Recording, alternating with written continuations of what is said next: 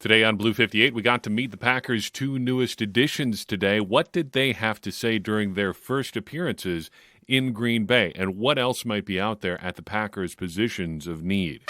Blue 58! Hello and welcome to another episode of Blue 58, the one and only podcast of thepowersweep.com. I'm your host, John Meerdink, and I'm happy to be with you here for another episode. We got to hear from Josh Jacobs and Xavier McKinney today, Friday the 15th of March, for the first time ever. Kind of fortuitous here. Was in a bit of a donut hole with what to do for podcast stuff.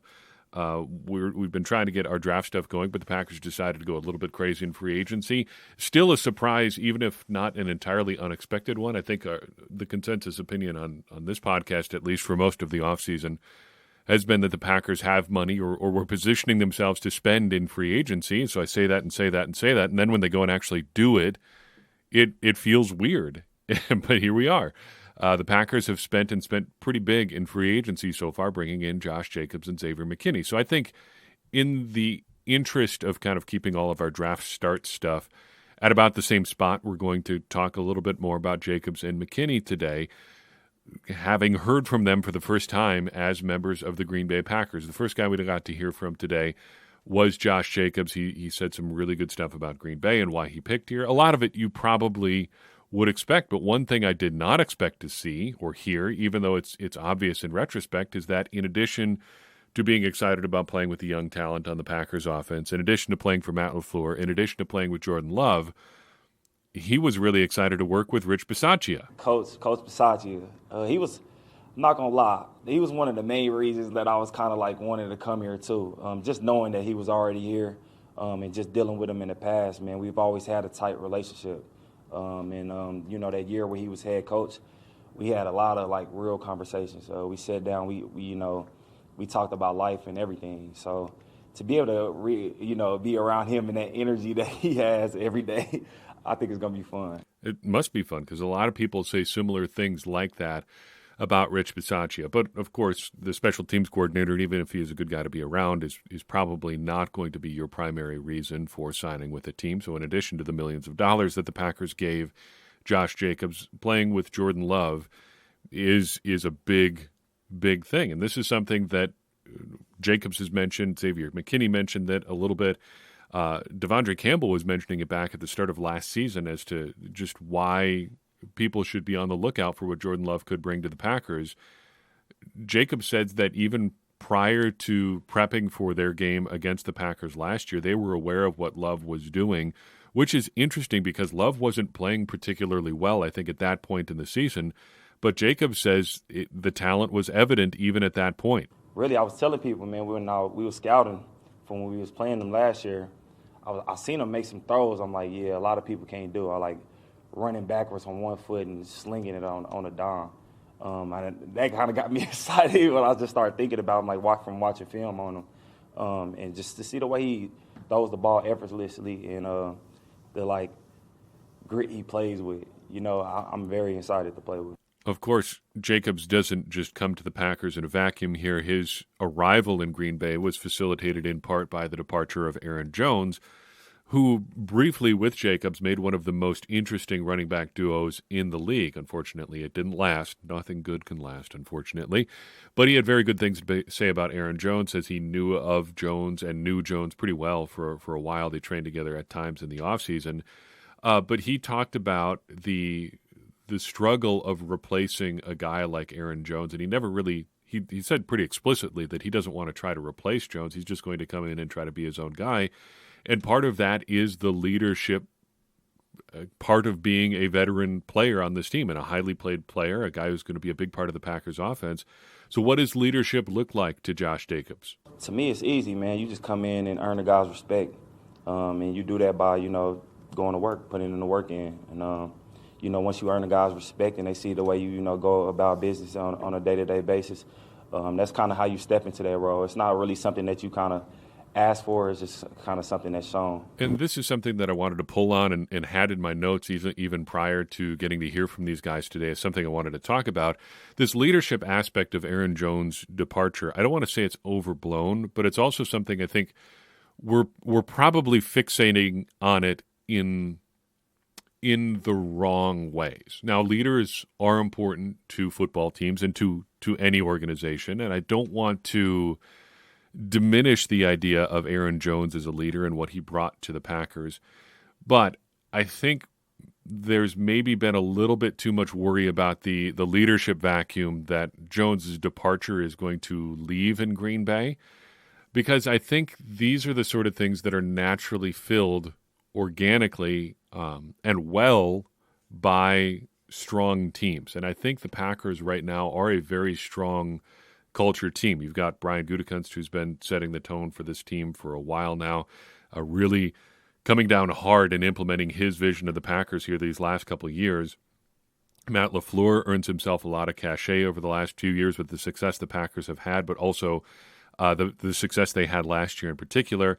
And then just the young core of players being together, I think creates naturally a pretty strong organization, especially when you're playing well. And it just, I think, gives us an opportunity to reflect on what being a leader on a football team really means. I think as fans, we're probably too eager to look for season-to-season leadership continuity than players and teams actually are. I think when you actually get into a building and get on a team, and I'm just guessing here because I haven't been on a professional football team, but it seems pretty clear that every season is a pretty discrete unit. You do have the bad tends to bleed over from season to season more than the good stuff, but if you have a good culture, you're going to be pretty strong culturally from season to season. It's not necessarily carrying over as much as it is just a new version of something that you've had before. So that kind of background being established, I think the Packers are in a good spot to just produce their own leaders naturally. And this is something that would have to happen sooner or later regardless. I mean, Aaron Jones wasn't going to be a leader in Green Bay forever. That leadership role comes with a shelf life. It's something that's going to expire eventually just because either your contract is going to expire and the team isn't going to renew it, or you're going to retire because you don't want to be a professional football player anymore or don't want to put in the work, or you're sick of it, you're sick of getting tackled, your body can't hold up, or you're just going to get moved out of the team just because of some combination of those other things. They don't want to keep you around anymore for age or injury reasons, or your cap number's too big, or any number of things. There's a regime change in your team, and they just want to go in a different direction. They want, bigger, stronger running backs as opposed to the slight willowy kind. I don't know, but you're not going to be a leader with the team that you are a leader for forever. So teams are going to have to produce a new leader, and there is going to be a new leader produced on this Packers team. And this, from that perspective, understanding that it's going to happen one way or another, this could actually be another good thing for this young Packers team. All right, Aaron Jones isn't here to be the leader anymore. David Bakhtiari isn't here to be the elder statesman on the offensive line anymore. There's nobody here to set the tone who has set the tone previously. It's going to have to be somebody new. So who's going to step up and do it? Who is going to become that leader, either by example or by being a vocal leader?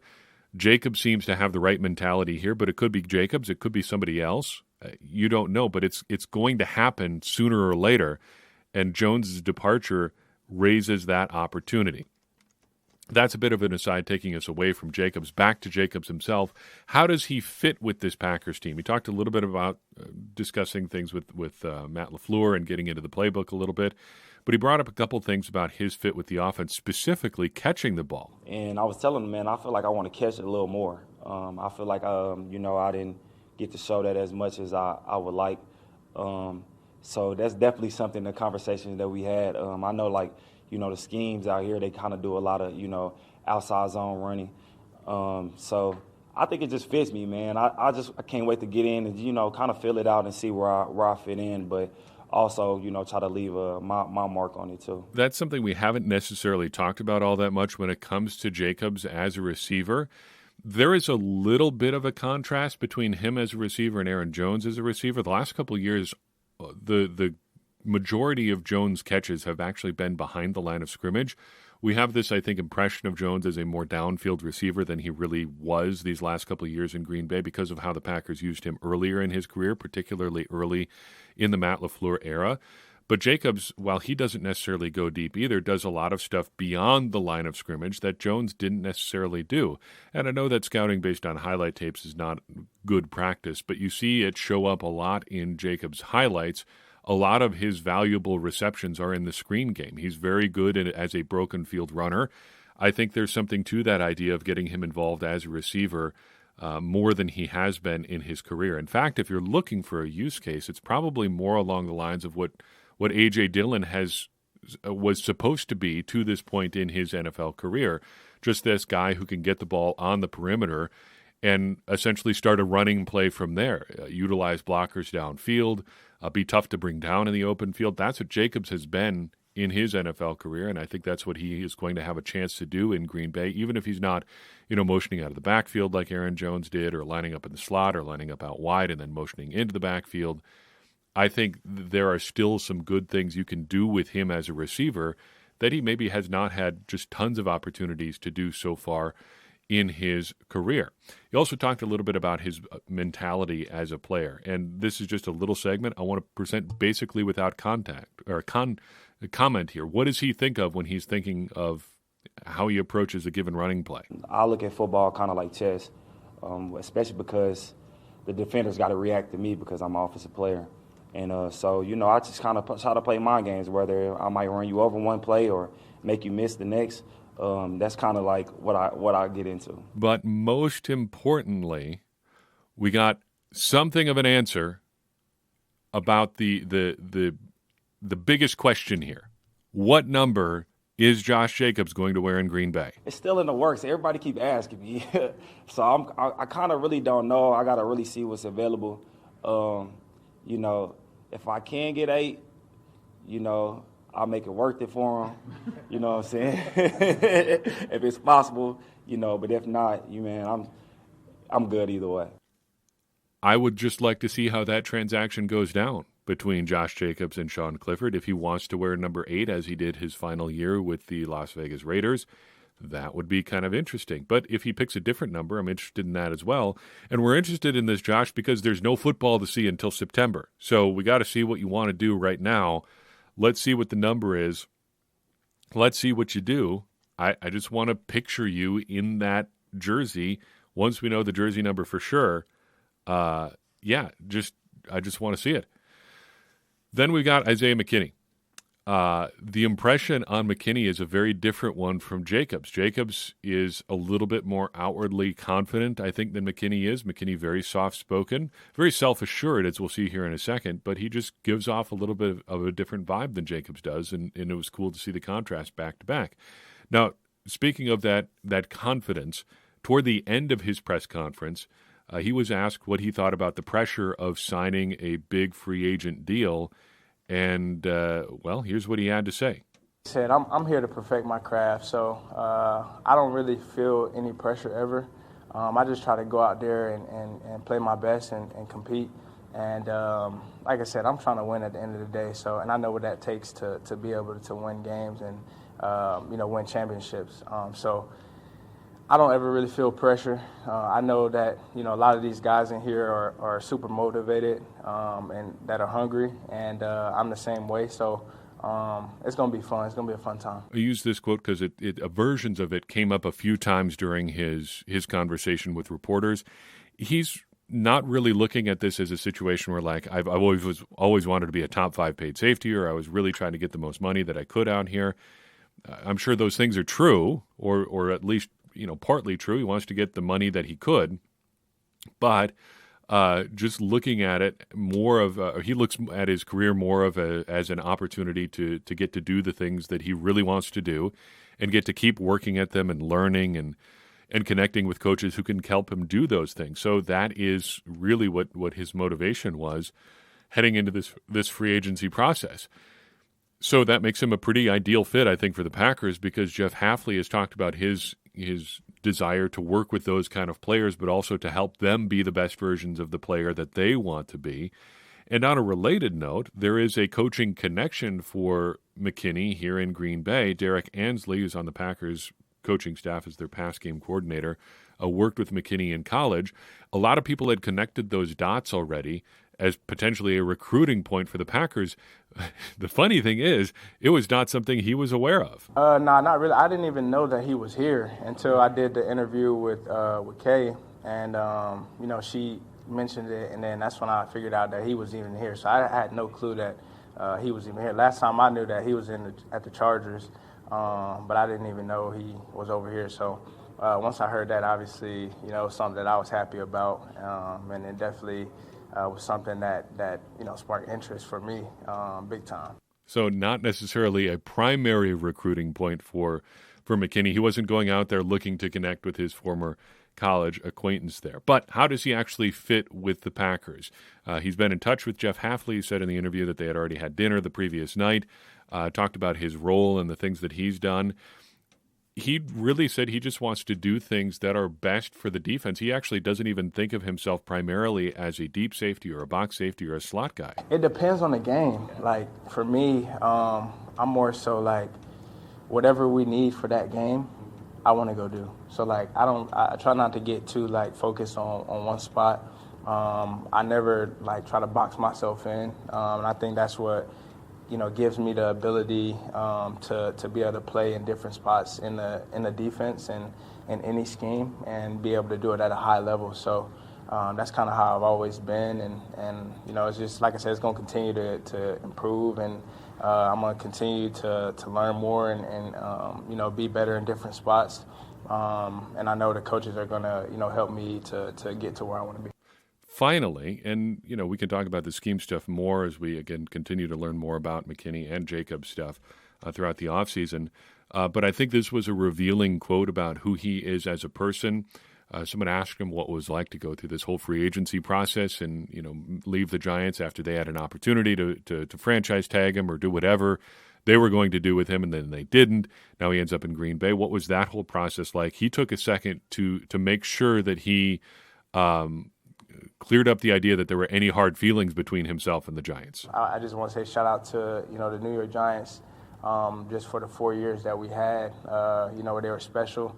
Obviously went through a lot of ups and downs, but it's a team and an organization that is forever going to be in my heart. So all love to them, and I'm just glad to be here. And I think that's an important thing to remember as fans and people who just root for the Packers. We have a different relationship to the game of football and to watching the Packers on Sunday than the teams on the field, or than the players on the field even do.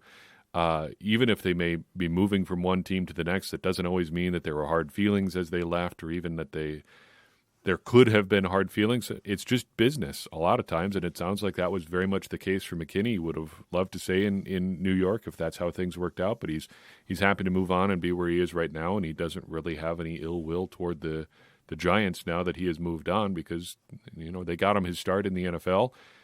Things went pretty well for him there, and now he gets to move on and be one of the highest-paid safeties in the league. That seems like a win-win, even if it doesn't always work out to stay with the team that drafted you. So that's Jacobs, that's McKinney. The Packers, of course, made a couple other free agency moves this week. They re-signed Keyshawn Nixon. They re-signed Christian Welch as the special teamer, who we'll talk about here in a second, and they've brought back A.J. Dillon. Where do things go from here? Let's take a second and kind of reset where we're at in free agency and the offseason as a whole. I don't know about the whole idea of waves of free agency.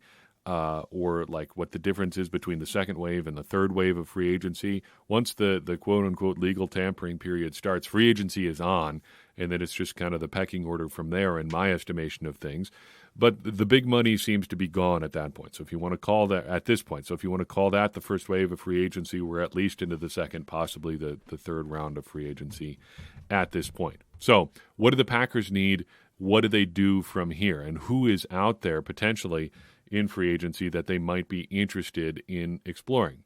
In terms of needs, I think they still are looking probably for a linebacker, probably for another safety, and probably for a little bit at running back. Linebacker moves up a notch because the Packers got rid of one. They got rid of one of their starting linebackers, and you can quibble about that as to what Devondre Campbell's role is or was relative to Isaiah McDuffie at the end of the season.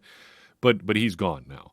The Packers have added back Christian Welch, who was exclusively a special teamer in 2023, but it's where it was essentially the last time we talked in depth about it. You've got your Quay Walker, you've got Isaiah McDuffie, and you really have opportunities beyond that. So they still have a significant need, I think, at linebacker. They still probably need another safety, maybe more of a box safety type player. As he said in his presser there, Xavier McKinney is going to move around, but I still think you need a guy who's going to primarily be close to the line of scrimmage. You probably need a running back at some point, but when do you do that? You've got A.J. Dillon back on the ultra-rare fourth-year qualifying offer. I think I've seen this used like one other time. Basically, it's a veteran's minimum deal with some added benefits in there. It's so rare, I could not even find a concrete mention of it in the collective bargaining agreement. It's possible that I just missed it. It's several hundred pages of legalese, so if it's in there and I missed it, it's probably completely understandable. But it's not a big factor for what teams are doing to construct their rosters, put it that way. Basically, it amounts to a $1.1 million deal that could be worth another $1.3 million or so for Dillon. But now the running back position, you've got Josh Jacobs and you've got A.J. Dillon, but let's remember the lay of the land there on the contract stuff. Jacobs is on a 4-year deal that's really maybe a 2-year deal. And A.J. Dillon is on a 1-year deal that's actually a 1-year deal, and it, depending on how the rest of the offseason shakes out, could be just a deal that gets him to training camp and not beyond. The point is, if you want cost-controlled running back talent into 2026 and beyond, you probably are going to have to look to the draft. So let's talk about some of the Packers' options here. Linebackers are sparse. Basing this off the Athletics top 150 free agents, you have one available at linebacker, and that is former Packers linebacker Chris Barnes. He's it, the only one out there, and if that's the only free agent option you got in the top 150, I'm going to go ahead and pass. No offense to Chris Barnes, but we've been through that story once before. If there was a limitation to Barnes' game, it was the overall athleticism there. I think fine as a player. But McDuffie already, I think, is ahead of him in terms of the athleticism there. So if they're going to be playing a similar role, just stick with McDuffie and look to the draft, I think, at that point. At safety, I got 3 possible options here with a 4th that you might sprinkle in. Julian Blackmon, we mentioned him before. This is more of a follow-up, so really 2 options and one really kind of long-distance pipe dream option. He seemed when we mentioned him last kind of like a poor man's Isaiah McKinney.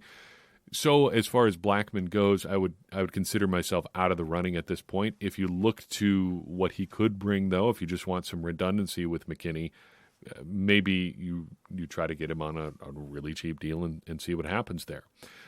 Some older options, at least one older option, Tashawn Gibson, played more than 400 snaps in the box or in the slot combined in 2023. He is 31.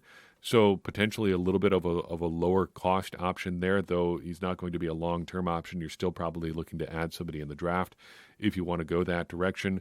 Jordan Fuller of the Rams recently is another possible option there. He played more than 300 snaps in the box or slot in 2023. He's only 26 years old, so perhaps a little bit better of a value than Gibson was. And then if you want to go for a really kind of weird big swing option, this is probably a pipe dream, but MJ Hurley mentioned it as some sort of source reporting on Twitter, so take this for whatever it's worth. But Micah Hyde could be an option there.